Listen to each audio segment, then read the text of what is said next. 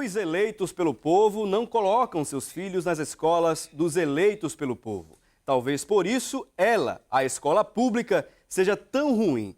Por que não obrigá-los? Cristóvão Buarque, senador do PDT do Distrito Federal. Olá, estamos começando mais um assunto do dia. Quando você pensa em educação pública, você lembra de quê? Segurança ou insegurança? Qualidade ou deficiência? Alunos bem formados ou alunos mal preparados para concursos, vestibulares e para o mercado de trabalho? Bem, teoricamente o governo federal investe milhões na educação pública, cerca de 4% do PIB. Mas será que esse investimento é suficiente para a educação do nosso país? Será que os alunos realmente aprendem na rede pública de ensino? Vamos começar a conhecer essa realidade das escolas públicas agora, primeiro com a matéria do Ramos Júnior. Sonhar, brincar e estudar. Essas são apenas algumas das inúmeras ações rotineiras do jovem pós-moderno. O lápis na mão representa a determinação, a bola nos pés, o momento de descontração e a frase na parede, o desabafo de um sonhador. Qual é o seu sonho? Eu quero ser jornalista. Polícia Civil, para ajudar a combater com a criminalidade. Policial Militar. Meu sonho é se formar um dia em Direito, ser advogado ou desembargador e juiz. Segundo dados da PNAD, a Pesquisa Nacional por Amostra de Domicílios, de cada 10 alunos no ensino fundamental e médio no Brasil, 8 estudam em escolas públicas. Isso significa um grande número de 40 milhões e 600 mil jovens. Fomos até uma escola pública na cidade do Recife, em Pernambuco, e lá conversamos com alguns alunos. Primeiro abordamos essa jovem, que cursa o segundo ano do ensino médio. O que você acha do ensino público? Assim, na minha opinião, ele melhorou muito. Quanto é 3 ao cubo? 9. Em seguida abordamos esse outro jovem. Ele cursa o primeiro ano do ensino médio. Você está satisfeito com o ensino público? Com certeza. O ensino público, além de ser muito bom, os professores são selecionados. O que é o processo chamado mitose? Eu não sei. E meiose? Hã? Meiose. Meiose.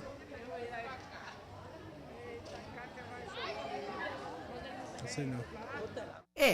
Até que eles tentaram, mas erraram. Essa gestora pedagógica diz o que falta para melhorar o ensino público. A participação das mães. As mães têm que participar mais, tá certo? O problema não é só na escola, é também em casa. O professor faz a parte dele, mas aí falta a família fazer a parte dela.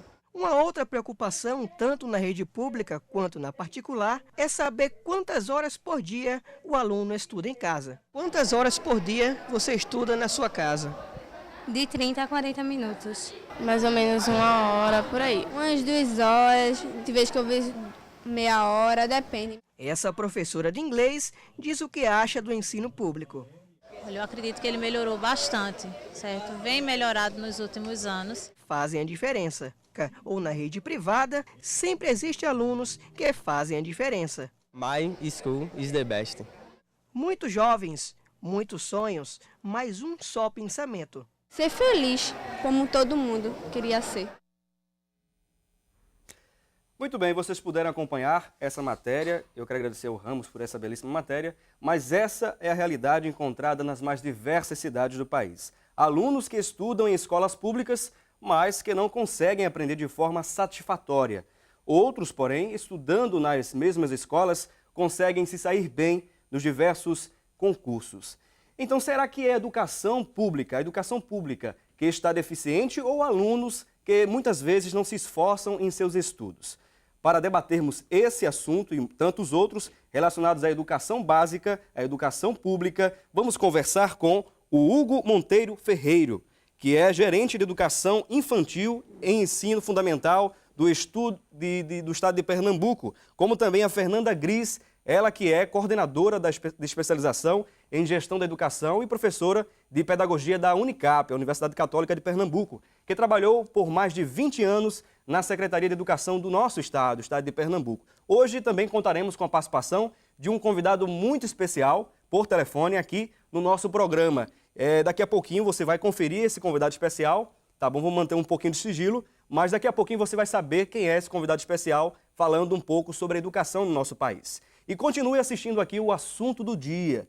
Hoje estamos falando sobre a educação básica, a educação pública no nosso país. E você pode interagir conosco através do nosso e-mail, produçãotv@rbc1.com.br, ou também através do nosso Twitter, twitter.com/assunto do dia RBC. Você ainda pode interagir conosco através da nossa linha interativa 0 operadora 81 3424 1977 ou 3424 1547. Você pode conferir esses telefones, os nossos contatos, através de nosso programa, sempre aí no rodapé do seu vídeo, tá bom? E eu quero que você possa participar do nosso programa aqui, que é feito especialmente para você. Sejam bem-vindos aqui ao programa Assunto do Dia. Bom dia. Como avaliar, Hugo, a questão da educação básica, a educação do ensino público no nosso país hoje? Olha só, educação pública é uma educação que surge de uma crise. A escola pública, ela tem por natureza ser uma escola que vá na contramão de um sistema opressor. Então, por sua natureza, a escola pública já é de qualidade. O discurso de que a escola pública não é de qualidade é um discurso equivocado.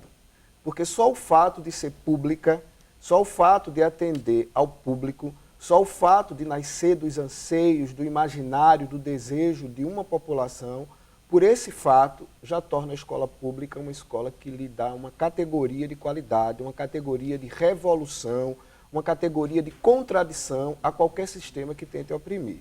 Então, desse ponto de vista, eu sou partidário do discurso de que a escola pública, a sua natureza, a sua ontologia, o seu nascimento propriamente dito já é um nascimento de reflexão, de melhoria, de crítica, já se coloca numa posição de crítica. Então, acho que isso a gente tem que pensar. No Brasil, nós temos uma escola pública que acompanha a história do Brasil, não é? Desde um período colonial, de um período imperial, depois do período republicano, depois do que nós chamamos de uma escola que vem se refazendo com o tempo. Você veja, em 1920, nós tínhamos 75% da nossa população analfabeta. Esse índice reduziu significativamente agora nos anos 2000. Então, você veja que a escola pública, ela acompanha um raciocínio de mudança. E eu entendo que hoje a gente tem uma escola pública com uma qualidade melhor.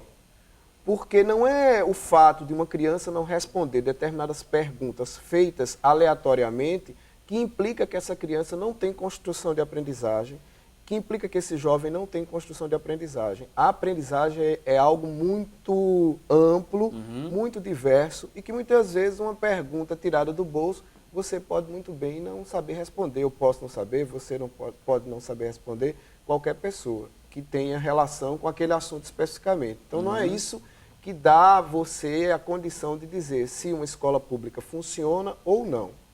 Como no Brasil nós temos duas naturezas de escola, uma escola privada e uma escola pública, sempre surge esse propósito de comparação, não é? A comparação entre o que é público e o que é privado. Eu acredito que nos dias contemporâneos a gente tenha, acho que cerca mais ou menos de uns 12 anos para cá, uma escola pública que vem melhorando tanto do ponto de vista dos índices conteudistas, quanto do ponto de vista da formação do cidadão, da reflexão sobre a cidadania, que é um outro ponto que eu acho que a gente tem que pensar direitinho. A escola não foi feita única e exclusivamente para ensinar procedimentos propedêuticos. Ela foi feita, esse modelo de escola que a gente tem hoje, que é um modelo de escola do século XVI, porque é essa escola que a gente chama simultânea. Né? Tem uma pessoa ensinando a vários. Então, essa pessoa, esse modelo de escola, eu acho que a gente tem aí do século XVI para cá uma renovação, uma qualificação e uma melhoria. Agora, efetivamente, a educação escolar é algo que tem que estar constantemente em modificação, porque ela faz parte desse processo da contradição do sistema social. Então, a gente nunca deve estar satisfeito, deve sempre procurar melhorar, né? Eu acho que esse é o caminho. Com certeza. E eu quero contar com a sua participação aqui no nosso programa. Você acredita que a escola pública ela tem passado realmente qualidade ou os alunos é que, de alguma forma, não têm contribuído para a melhoria? da educação. Será que é um dos dois ou os dois? Enfim, eu quero contar com a sua participação aqui no nosso programa. Os nossos telefones, 0 Operadora 81 3424 1977 ou também o 3424 1547. Eu quero contar com a sua participação no nosso programa, tá bom? Fernanda Gris, professora, seja bem-vinda aqui ao nosso programa. Nesse longo tempo que a senhora passou, né, trabalhando na educação do nosso estado, quais são os avanços que a senhora poderia observar e até mesmo se tiver algum retrocesso? No retrocesso não. Nós só poderíamos dizer que os avanços ainda são muito lentos, não é? Na medida que também o contexto social brasileiro, ele também vem se redefinindo dentro de uma situação contraditória, né? Num modelo de Estado que tem interesses outros que não sejam apenas de políticas sociais.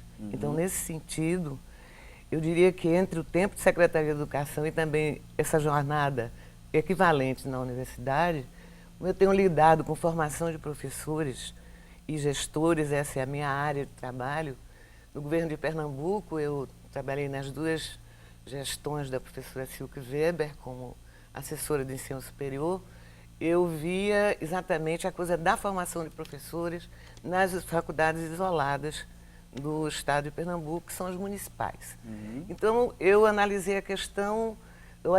aliás, a questão principalmente por esse viés, né, do ponto de vista da formação do professor, que é o que eu faço na universidade também.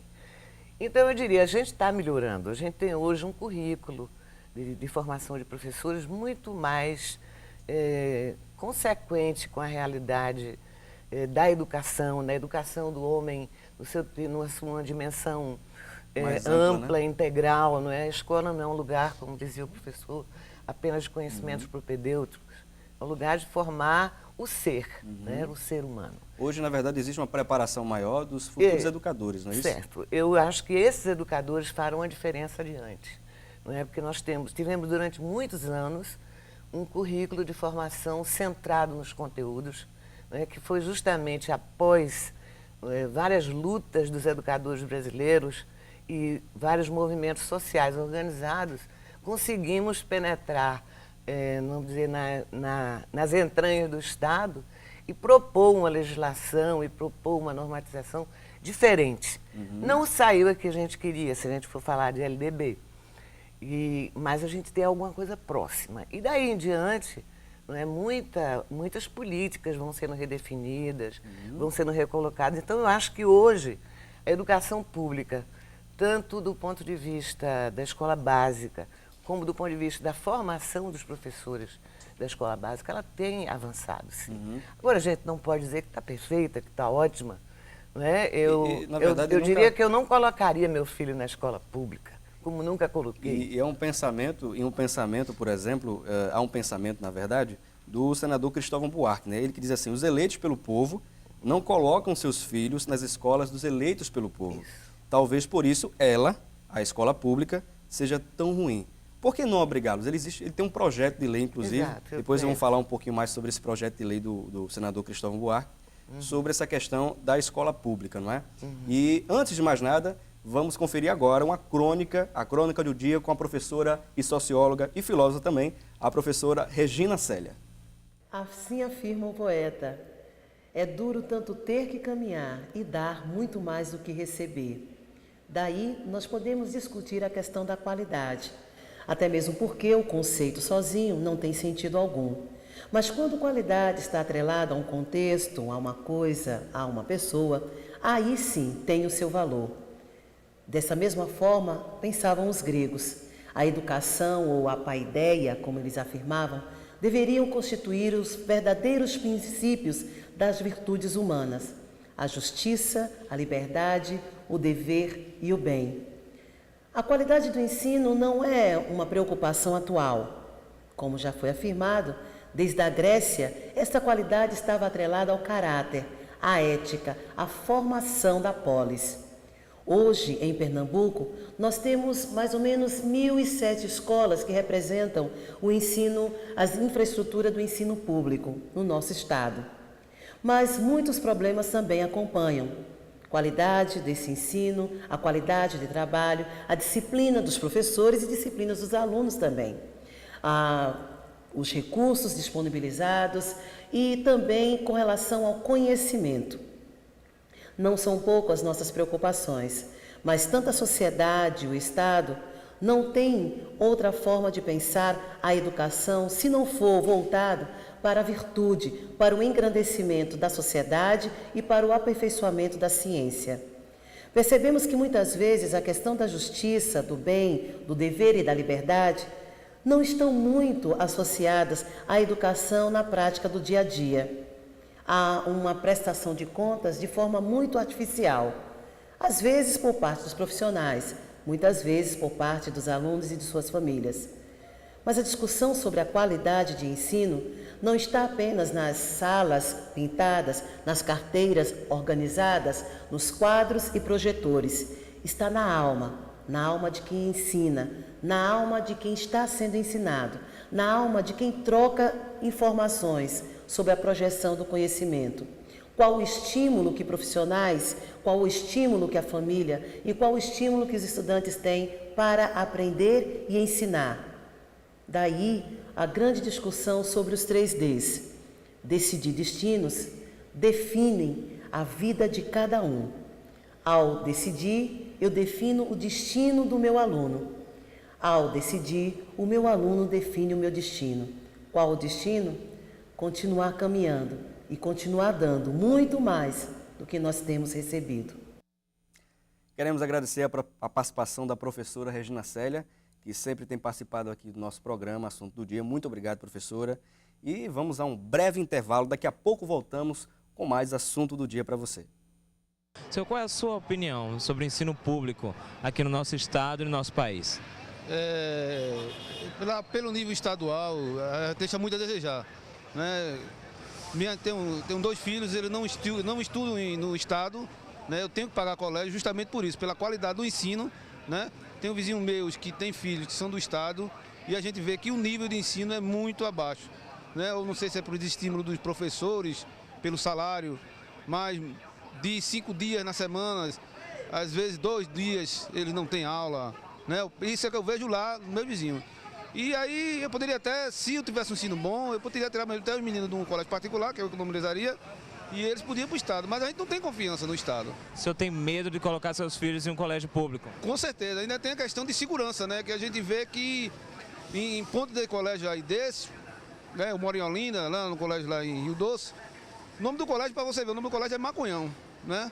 Entendeu? Aí a gente atira por isso aí, até dessa questão até de drogas, tá entendendo? Por isso que eu não tenho confiança em deixar meu menino no estado.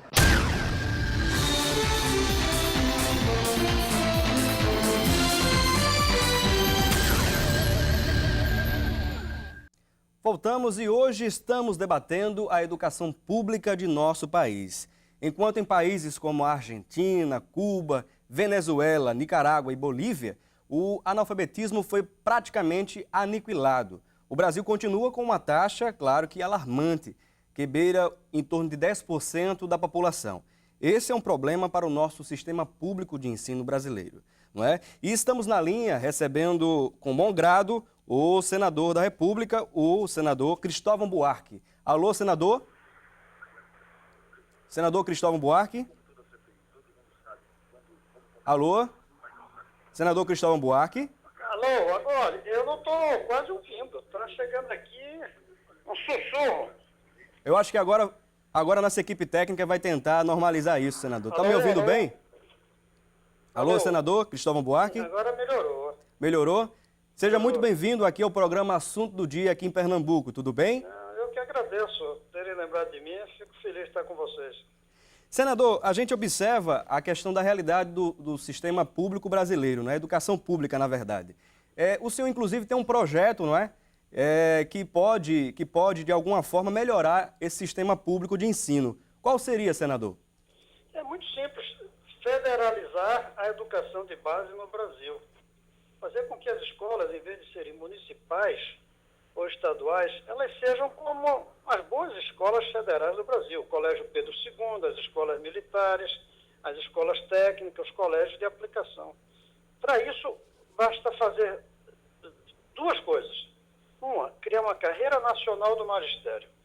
Selecionar professores no concurso público nacional, pagando um alto salário para eles. Segundo, criar um programa federal de qualidade escolar em horário integral, em que o governo federal se encarregaria das escolas, construção e equipamento. Isso não pode ser feito no Brasil de uma vez. Isso tem um ritmo. Eu defendo que seja feito por cidades. Nós começaríamos por 250 cidades espalhadas no Brasil, mas as cidades inteiras seriam federais, todas as escolas daquela cidade, e ano a ano vamos fazendo. 20 anos levaria, mas em 20 anos todas as escolas do Brasil teriam a máxima qualidade e, mais importante, a mesma qualidade. Não haveria diferença de uma escola no Amapá e de uma escola em São Paulo. É isso que a gente precisa fazer. Como já fez com o Banco do Brasil, a Caixa Econômica e todos os órgãos federais. Ô, senador, quais são as medidas que o Estado poderia empregar, digamos assim, a curto prazo, para que a educação pública se tornasse uma educação mais satisfatória e de qualidade? Bem, a curto prazo, melhorar um pouquinho, como vem se fazendo. Mas será que satisfaz no Brasil melhorar aos pouquinhos a educação? Por que o resto a gente melhora para valer? E a educação a gente se contenta em melhorar aos pouquinhos. Veja bem, mesmo essa melhora que a gente vem tendo, que não tem piorado, mas essa melhora faz a gente ficar cada vez mais atrasado, porque as exigências educacionais são crescentes. Agora a gente vai fazer uma Copa. Ninguém fala em fazer estádio chifrim. Não, estádios vão ser todos de primeira. Ontem eu vi 1 bilhão em São Paulo, 1 bilhão e 200 milhões em Brasília, mais 8 bilhão no Maracanã. Agora, quando fala em escola, aí a gente fica tímido, assustado, não pode fazer muito, tem que fazer pouquinho, tem que fazer muito. Agora não dá para fazer no Brasil inteiro, de uma vez. Esse é o problema. Mas tudo começa por algum lugar. Ninguém fez todos os aeroportos do Brasil ao mesmo tempo. As hidrelétricas não foram feitas todas ao mesmo tempo. O que a gente tem é que saber a diferença entre melhorar aos pouquinhos ou fazer a revolução. Eu defendo a revolução para que a educação seja de máxima qualidade e não um pouquinho melhor apenas. O senador, quais são as áreas mais necessitadas hoje na área da educação? É o ensino público, no caso o ensino básico, ou o ensino técnico, o ensino superior, na sua opinião? É o ensino fundamental, porque sem o ensino fundamental, das crianças até 15 anos, todo o resto fracassa. O governo brasileiro agora está fazendo um esforço muito bom. Eu jamais ficaria contra de construir escolas técnicas e profissionalizantes. Vai fracassar. Os alunos vão entrar no curso técnico sem saber o que é regra de 3, sem saber o que é ângulo reto, sem saber português. Hoje, para você fazer um curso técnico, você tem que saber um bom português, até noções de inglês, tem que saber matemática, não pode ter medo de computador. Mas os alunos passaram pelo ensino fundamental sem aprenderem essas coisas. Eles vão entrar no ensino técnico e, de duas, uma, ou eles não aguentam fazer o ensino técnico, ou o ensino técnico vai ter que baixar de nível para se ajustar a eles. Como, aliás, nós estamos fazendo nas universidades. Hoje as universidades estão baixando de nível para se adaptarem aos cursos de nível médio deficientes que fizeram os alunos das universidades. Então, é um ensino fundamental. E o nome já diz, fundamental. Se é fundamental, é porque é fundamental. Uhum. Senador, não sei se o senhor pôde acompanhar o livro da professora Heloísa Ramos. Eu não sei se o senhor ouviu um pouco sobre isso, que o MEC, inclusive, englobou, né, no seu sistema público para mais de 427 mil estudantes no Brasil. O senhor pôde observar esse livro ou não? Pude observar. Olha, o livro em si não é ruim, mas tem um erro grave. Em uma página, ele passa a ideia de que a gente pode tolerar duas formas de falar português. A forma dos ricos e a forma dos pobres. É um erro defender essa ideia. Isso é o que aconteceu há pouco tempo no Rio de Janeiro. Como não tinha professor de física, disseram, vamos tirar a física do currículo. Não tem professor de física, aluno não estuda física. Devia ter formado professor de física. E alguns estão dizendo, como muitos jovens no Brasil não estudaram português, em vez de ensinar-lhes português, vamos deixar que a maneira que eles falam seja tratada como certa. Não pode. Esses meninos que não falarem português bem não vão arranjar emprego. Olha, o gaúcho tem uma maneira de dizer, tu vai. É bonito, simpático, mas é errado.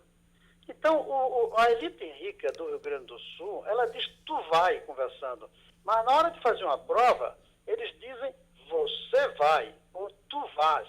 Não dizem tu vai, mas eles aprenderam. Então, eles têm as duas formas. É como falar português e inglês. Nós estamos, com essa página desse livro, passando a ideia de que é certo falar errado. Não é certo falar errado. É bonito, é simpático, a gente deve até gostar. Agora, outra coisa, isso não quer dizer sotaque. Eu tenho meu sotaque pernambucano e não acho nada demais. O gaúcho tem aquele lindo sotaque também, mas uma coisa é sotaque. Outra coisa é vocabulário. Quando eu digo manguzá, algumas pessoas aqui em Brasília entendem outra coisa diferente do que eu penso. É vocabulário. Agora, gramática e ortografia tem que ser uma só. Senador, eu quero agradecer, em nome aqui da Rede Brasil, em nome do programa Assunto do Dia, pela sua participação aqui no nosso programa. Eu que agradeço, foi um grande prazer e um grande abraço para você e todos os ouvintes.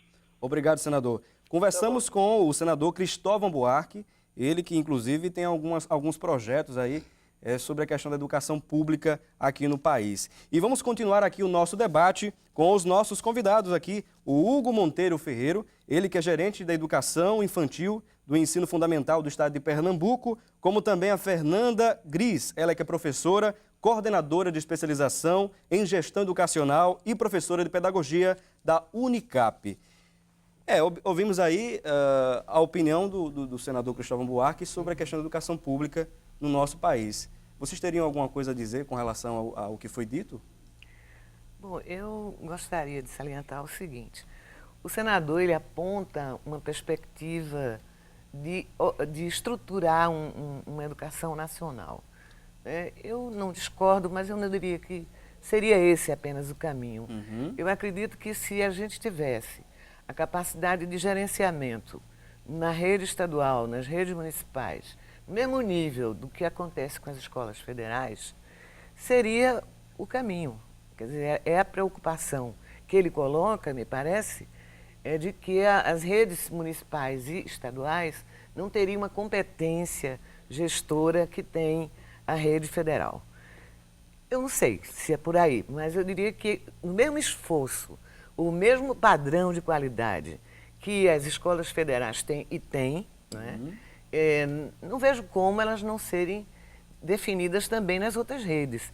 Aí é uma outra questão, é recurso, projeto realmente de definição de escola, de gestor, de professor, de aluno. Então, é todo um processo diferente. Não me parece que a questão seja apenas federalizar. Me parece que a questão é lutar ou implantar uma qualidade que seja coerente com o que há de melhor no Brasil. Temos a participação aqui do telespectador, que nos manda algumas perguntas. A Delma, lá de Palmarelo, ela faz a seguinte pergunta: por que existem tantas escolas públicas que ainda estão sem as matérias, porque falta professor? Meu filho está na 8ª série e não tem alguns materiais, aliás, algumas matérias. O que fazer? É a Delma de Palmarelo, ela que pergunta. Eu queria ainda, antes de responder a pergunta da telespectadora, retomar a discussão tratada pelo senador. Eu tenho um respeito profundo pelo senador Cristóvão Buarque, acho que a gente tem nele uma referência da reflexão sobre a educação nacional, mas eu queria dizer que eu estudei em escola municipal, estudei em escola estadual, fiz graduação, fiz mestrado, fiz doutorado, sou professor de universidade pública federal. E meu percurso, então, desconsidera um pouco esse percurso tratado por ele. E também não sei, aí eu concordo com o que a professora Fernanda acaba de falar, se é efetivamente federalizando que você consegue resolver tantas variáveis, porque a problemática da educação nacional, ela tem muitas variáveis, não é efetivamente só o campo do ensino, nem só é o campo da aprendizagem. Há uma série de tantas questões. Em relação à pergunta da telespectadora, Delma, né, do Palmarelo, nós temos efetivamente que verificar sobre qual escola ela fala, em que circunstâncias os professores estão faltando, que ausência de matéria é essa, porque, de modo geral, a gente só pode dizer o seguinte, que se isso ocorre, está equivocado. Ela fala assim, porque existem tantas escolas, né, tantas escolas, está no plural aqui, que ainda estão sem matérias, né, e porque falta tanto professor. Meu filho está na 8ª série e não tem algumas matérias. Uma reflexão, inclusive, que foi tratada aqui pelo senador, que existem muitos casos no país, inclusive de falta de professores, falta de matérias, inclusive, por falta de professores, porque os professores não são bem remunerados. Isso é uma outra problemática, não é? A ser tratada, mas passa a ser uma realidade. Eu tenho para mim que a pergunta dela, embora seja específica, também está generalista, não é? A gente tem que verificar isso que eu estou colocando. Quais são os professores que faltam, quais são as matérias que faltam. Ela está falando de matriz curricular, de presença de professor, a motivação que leva o professor a não estar em sala de aula. Bom, aí o que eu estou dizendo é o seguinte, se isso acontece, está equivocado. Não deve acontecer. A gente não pode garantir uma escola de qualidade em que haja ausência de professor, em que você tenha, por acaso, ausência de disciplinas. Você não pode garantir uma escola de qualidade se isso ocorre. A motivação, que aí eu acredito que a telespectadora deva estar tratando da realidade dela, a gente tem uma série de problemáticas. Por exemplo, que eu penso que o Cristóvão Barco tem razão sobre isso. A gente precisa efetivamente melhorar a remuneração do professor no Brasil, né? A profissão docente, ela precisa ser pensada de uma maneira mais ampla. Você veja que os países asiáticos que conseguiram fazer revoluções no campo da educação escolar, todos eles investiram efetivamente na melhoria da remuneração do professor. Isso, do ponto de vista simbólico na sociedade capitalista, é fundamental. Acredito eu sou extremamente otimista, eu sou professor, formo professor, penso educação, é a grande matéria da minha vida. Então, acredito que a gente atualmente vive um momento muito bom de reflexão sobre isso, e eu penso que daqui a uns 10, 15 anos, né, considerando toda a história da educação do país, a gente tem uma melhoria na qualidade. E que casos como esse não ocorram, que nós não tenhamos falta de professor, que nós não tenhamos problemáticas relacionadas à matéria, que as crianças possam aprender, que os jovens possam aprender, porque efetivamente o que a gente quer é isso.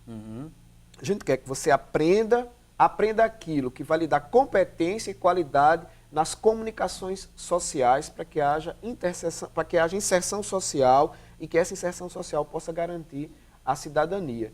Então, quando ocorre um caso desse, a gente tem que pensar efetivamente como é, porque estudar e verificar e tentar impedir que isso continue acontecendo. Eu só não sei dizer se são tantas escolas. Né? É verdade. Porque aí quando eu digo tantas, eu tento pluralizar demais e termino sendo generalista quando efetivamente eu não posso ser.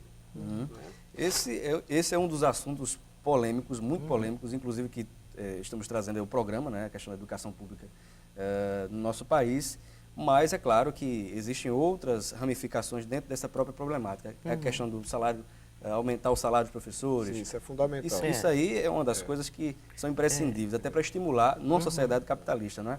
Mas vamos a um breve intervalo, daqui a pouco voltamos para o nosso terceiro bloco aqui, e eu quero que você continue conosco e participe aqui do nosso programa 0 Operadora 81-3424-1977 ou também o 3424-1547. Você pode interagir também através do nosso e-mail, produçãotv@rbc1.com.br ou através do nosso Twitter, twitter.com/assunto do dia RBC. Daqui a pouco voltamos.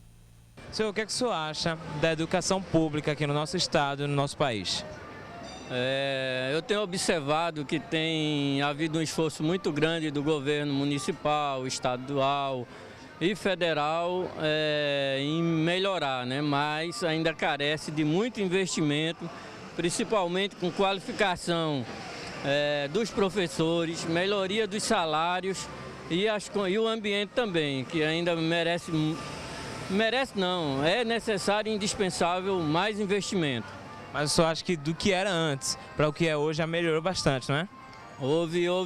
A gente percebe uma melhoria muito grande nas condições dos professores e dos alunos, mas ainda precisa ser investido muito mais.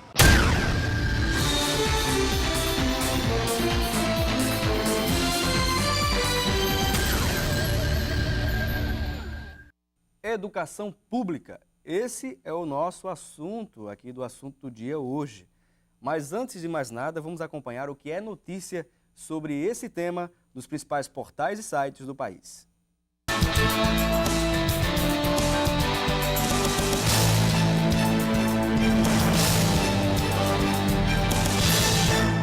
O Globo. O presidente do Conselho Nacional de Educação, Antônio Carlos Ronca, criticou o projeto de lei do governo que cria o Plano Nacional de Educação, com 20 metas para o período de 2011 a 2020. Ele disse que considera insuficiente o aumento do gasto público em ensino dos atuais 5% para 7% do produto interno bruto na década, como prevê a proposta em análise da Câmara dos Deputados. As críticas foram feitas durante um evento promovido pelo movimento Todos pela Educação, com educadores, jornalistas e um representante do Ministério da Educação. Diário de Pernambuco. Um protesto de estudantes tomou conta das ruas do centro do Recife. A manifestação começou em frente ao antigo ginásio pernambucano na Rua do Hospício. Os manifestantes pressionaram o governo para que sejam implantadas melhorias de qualidade de ensino público no país. A manifestação faz parte de um movimento da Jornada Nacional de Luta dos Estudantes de 2011. O protesto é organizado pela União dos Estudantes de Pernambuco. NE10. Jovens e adultos de baixa renda poderão se inscrever até o próximo dia 22 em um dos cursos de qualificação profissional gratuito a serem oferecidos pelo Sistema S, por meio do Senai e do Senac, em parceria com o governo do estado. Até o final deste mês, serão ofertadas mais de 5.000 vagas distribuídas na região metropolitana do Recife e interior de Pernambuco, por meio do projeto Novos Talentos. Bem, esse foi o nosso É Notícia. Se você viu alguma notícia interessante sobre esse tema, também mande para o nosso e-mail, produçãotv@rbc1.com.br. Contamos com a sua participação aqui no programa Assunto do Dia. Hoje estamos recebendo o Hugo Monteiro Ferreiro, ele que é gerente de educação infantil do ensino fundamental do estado de Pernambuco, como também a Fernanda Gris, a professora e coordenadora de especialização em gestão educacional, como também professora de pedagogia da Unicap, a Universidade Católica aqui de Pernambuco. E vamos continuar o nosso debate aqui do Assunto do Dia. Professora, a senhora acredita que hoje há um desestímulo muito grande para a formação de novos professores? Os indicadores apontam para isso. Há uma queda de procura pelas licenciaturas, não é? Que são os cursos destinados à formação inicial de professores. Inicial, veja bem. Então, há uma queda, sobretudo na área da matemática, da física, da química, e a gente começa a notar isso também nas áreas como pedagogia, né? Então, há vamos dizer, um desencanto prévio, né, me parece, com as possibilidades de ser professor. E como a gente poderia trabalhar isso, né? Como o Estado poderia trabalhar para que houvesse um maior estímulo, ou até mesmo a recuperação desse estímulo por parte de muitas pessoas para serem professores? Muito boa a sua pergunta, porque ela permite também várias perspectivas de resposta. De um lado, a gente poderia ter na formação, né, novos aspectos que pudessem estar somando mais com as demandas do contexto. A questão do currículo, que não pode ficar 5 anos, 10 anos sem se atualizar, sem rever as demandas contemporâneas, que é o que a gente está fazendo na Universidade Católica esta semana, né? Estamos revisando todas as licenciaturas, tentando realmente dar um recorte novo ao curso, criar elementos bem contemporâneos das demandas sociais, como educação social e pedagogia social, são Libras e várias outras questões a questão da que acessibilidade estão também é interessante, do momento, né? Bom, mas tem um outro lado dessa história, né? Tem o lado da remuneração docente, que tão bem foi colocado pelo senador Cristóvão Buarque, né? Que eu gostaria de frisar que também é eu tenho imensa admiração por ele, mas me vi no direito de discordar dele naquele momento. Mas, assim, a questão da carreira docente, ela é lamentavelmente insignificante para o potencial de compromisso e responsabilidade que deve ter um professor. Né? O professor teria que estar na escola o tempo inteiro, né? Para que o aluno no contraturno não ficasse, né, sem ter o que fazer, sobretudo o nosso aluno da escola pública, que é a grande maioria da população. Aí entra os projetos sociais, complementando aqui e ali. A gente tem na universidade vários projetos que trabalham com os alunos da escola pública no contraturno da escola, mas o ideal é que o Estado brasileiro, em todas as suas dimensões, pudesse assumir uma escola pública de tempo integral para os seus alunos. E um professor dignamente remunerado. É uma piada o que a gente ouve com o salário docente do Brasil, né? Tem diferença por estados, e Pernambuco é um deles, que está muito abaixo da média nacional. A gente tem um piso que tem enfrentado muitas lutas para ser efetivamente cumprido. Hoje o piso nacional é de quanto? É 1.400, né? 1.300, alguma coisa. É nessa base. Tivemos um pronunciamento do Tribunal Superior em Brasília recentemente, obrigando os governos estaduais, municipais, a pagar efetivamente esse plano, sem incluir aí gratificações ou outros elementos que tenham aderido à remuneração do professor, como vários governos fizeram isso também. Então, eu acho que é um desrespeito a um profissional que deve formar, né, que deve preparar a vida das pessoas. O que se faz? Não há como ele se dedicar, ele estudar, ele se atualizar constantemente com as condições materiais que se tem hoje para o professor. Temos algumas perguntas aqui do telespectador, algumas perguntas do nosso telespectador. O Fábio, de Campo Grande, ele diz: como as escolas públicas se capacitam para proporcionar acessibilidade às pessoas? Já é uma questão da acessibilidade, Hugo. Eu não entendi a pergunta. Ele pergunta assim, o Fábio, do Campo Grande: como as escolas públicas se capacitam, no caso eu acho que se adequam, né, para proporcionar a acessibilidade às pessoas? Tá. Olha só, a gente tem que pensar a escola pública em 3 níveis, né? O nível federal, estadual e municipal. No MEC, você tinha até pouco tempo uma secretaria, a CESP, que fazia parte do MEC, era uma secretaria que se dedicava a discutir o que se chama educação especial. Nos estados, de modo geral, e Pernambuco é um deles, nós temos espaços institucionalizados que discutem a formação do professor para que o professor possa efetivamente trabalhar com temáticas de inclusão social. Nos municípios, do mesmo modo. A temática da inclusão social, da acessibilidade, do rompimento das barreiras que impede você de chegar à escola, tem sido uma temática frequente, debatida, ela é bastante contemporânea, e me parece que a sociedade brasileira como um todo toma consciência de que a gente não pode mais impedir a chegada à escola. Então agora eu acho que a gente tem um desafio, que é o seguinte: chegar à escola pública e a escola pública ser de qualidade, e efetivamente essa forma de você fazer com que possa ter essa chegada, digamos assim, é através do que nós chamamos de formação continuada, de formação inicial no campo da prática pedagógica, no campo da docência, revisão das arquiteturas das escolas, com rampas, elevadores, espaços sociais que possam permitir que pessoas que por acaso tenham deficiência física de alguma natureza, no campo desse aspecto, possam ter acesso à escola. Então, eu acredito que através da formação inicial, formação continuada, a gente tem debatido bastante esse assunto, tem procurado, através das matrizes curriculares, nos cursos de licenciatura, inserir disciplinas como Libras, disciplinas que tratem sobre questões ligadas à educação especial, disciplinas que tratem sobre questões mais específicas de alguma deficiência que por acaso alguém tenha. Então a gente tem tentado, através da formação docente, melhorar esse acesso, né? Publicação de livros em braille, várias editoras já se preocupam com isso.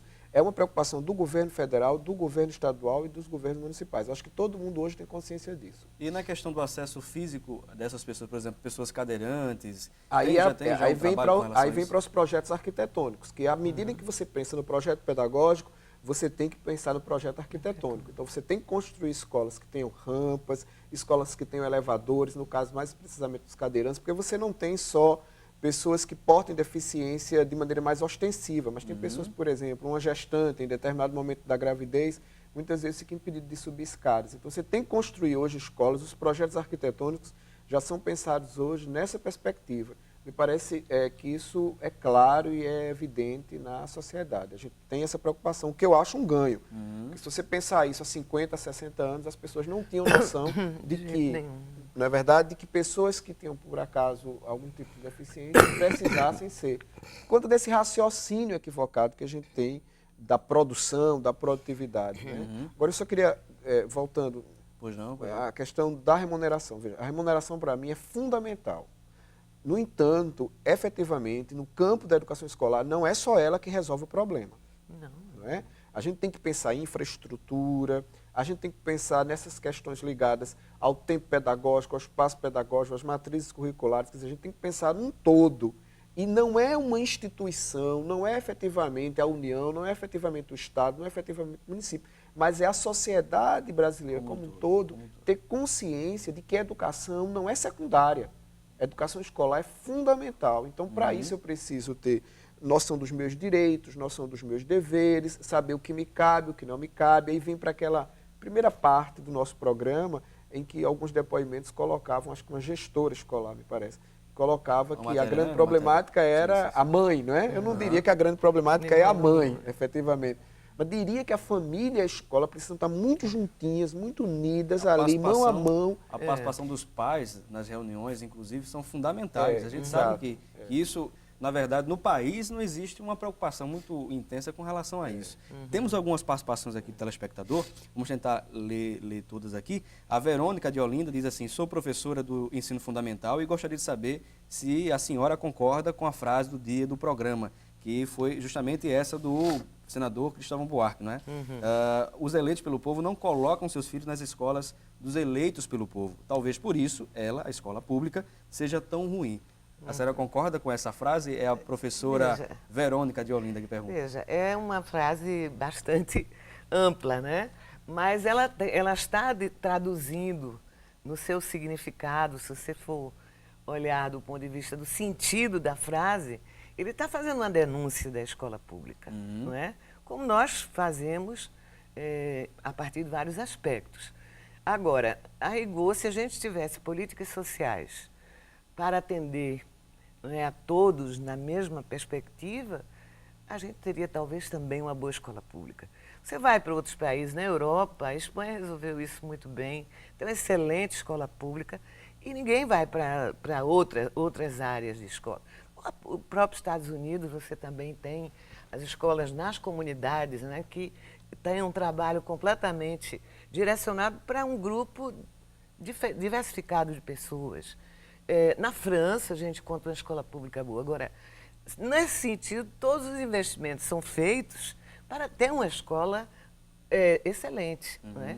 Então, se a nossa escola pública pudesse acompanhar a qualidade que nós esperamos dela, né, apesar dela ser revolucionária, eu concordo plenamente com as reflexões do Hugo, mas ela também passa por um viés político muito importante. A quem serve a escola pública?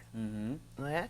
A partir dessa pergunta, eu acredito que seria importante pensar como fazer uma escola pública que eu e os outros colocássemos seus filhos na escola pública. Uma boa reflexão. Estamos chegando aos instantes finais do programa, infelizmente, não é? O nosso tempo está chegando realmente ao final, mas temos aqui uma série de perguntas. Vamos tentar, da melhor forma possível, responder, não é? Responder as perguntas, né?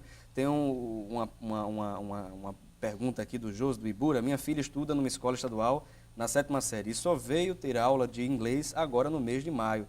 E quem está dando aula é a diretora do colégio. Que atitude deve tomar? Inclusive, tem algumas outras perguntas aqui, vamos tentar só ler um pouco aqui. Estudo na escola Frei Romero Pereira. Eu faço o EJA, né, o Educação de Jovens e Adultos, da 5ª série e a 6ª série. Desde o começo do ano, ainda não tivemos aula de português e matemática. Que atitude devo tomar? Temos outra pergunta aqui, uma pessoa que não quis se identificar. Ela diz que estuda no Colégio Herculano Bandeira, em Paudalho. Não tem professor de Física e Biologia. E a que chegou agora, nessa semana. E outra pessoa também diz que estuda no colégio Professor Cândido Pereira, em Peixinhos, e está com falta de segurança, banheiros imundos e maus professores. Esta situação pode ser revertida? são uma série de perguntas com relação aos colégios, não é, Hugo?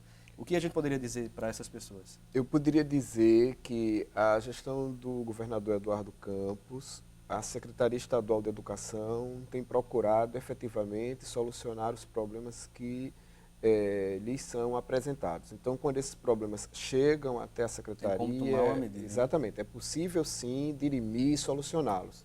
Eu só gostaria de refletir, e aí eu partilhar um pouco dessas agonias e dessas discussões que os telespectadores estão trazendo, e até pela própria temática do programa, que eu discordo, enquanto especialista na área da educação, dessa dicotomia que se faz entre escola pública e escola privada. A gente precisa rever isso no país, porque essa maneira de compreensão, na minha opinião, é uma maneira de compreensão equivocada que, no lugar de ajudar a escola pública, só faz prejudicá-la. Porque não é você tornando a escola pública diferente da escola privada ou deixando a escola privada numa situação de zona de conforto, enquanto a escola pública vivencia uma situação de desconforto, que você vai melhorar a qualidade da educação pública no país. E isso deve ter uma reflexão bem clara da sociedade, que, claro, a educação ela tem sofrido um processo histórico, né? E agora está se tentando arrumar a casa. Exatamente. É uma dificuldade muito grande, Exatamente. muito grande mesmo. É difícil, mas com vontade política, com competência técnica, você consegue sim resolver. Eu acredito que o Brasil tem de resolver, né, por uma questão de sustentação, ele tem de resolver. Os estados que compõem o Brasil também terão de resolver. Eu acredito que essa seja a pensamentação. Esse é o motivo da gestão atual do governador Eduardo Campos, quando ele pensa a educação de modo efetivo, quando se dedica, quando tenta melhorar as questões que nós já falamos aqui em relação à prática pedagógica, em relação à formação docente. Então, nesse sentido, eu queria dizer que é essa reflexão que eu faço. Não vamos dicotomizar escola pública e escola privada. Vamos melhorar a escola pública, mas efetivamente sem deixá-la numa zona de desconforto intensa. Com certeza, ótimo, ótimo. Infelizmente chegamos ao final do nosso programa, né? Esse debate realmente trouxe uma série de informações e tirou uma série de dúvidas de todos nós. E eu quero agradecer imensamente aqui em nome do programa ao gerente de educação infantil e ensino fundamental do estado de Pernambuco, Hugo Monteiro Ferreira. Muito obrigado, Hugo. Eu que agradeço. Como também a professora e coordenadora da especialização em gestão da educação, no caso gestão educacional, e professora da Unicap, a professora Fernanda Gris. Muito obrigado, professora. De nada. Foi um prazer estar aqui com vocês. Prazer todo nosso. E eu quero agradecer a sua participação também aqui no nosso programa Assunto do Dia. Um forte abraço para você. Lembrando que temos aí a charge, né, com o Nilson Silva. Muito obrigado, Nilson. Nilson que fez essa charge belíssima aí no nosso programa, não é? Especialmente para o nosso programa. Eu quero agradecê-lo. Eu quero agradecer também a você que esteve ao longo desse tempo conosco. Um forte abraço para você. Lembrando que amanhã temos mais um encontro marcado às 9 horas da manhã aqui no mesmo local, tá bom? Até mais e um forte abraço.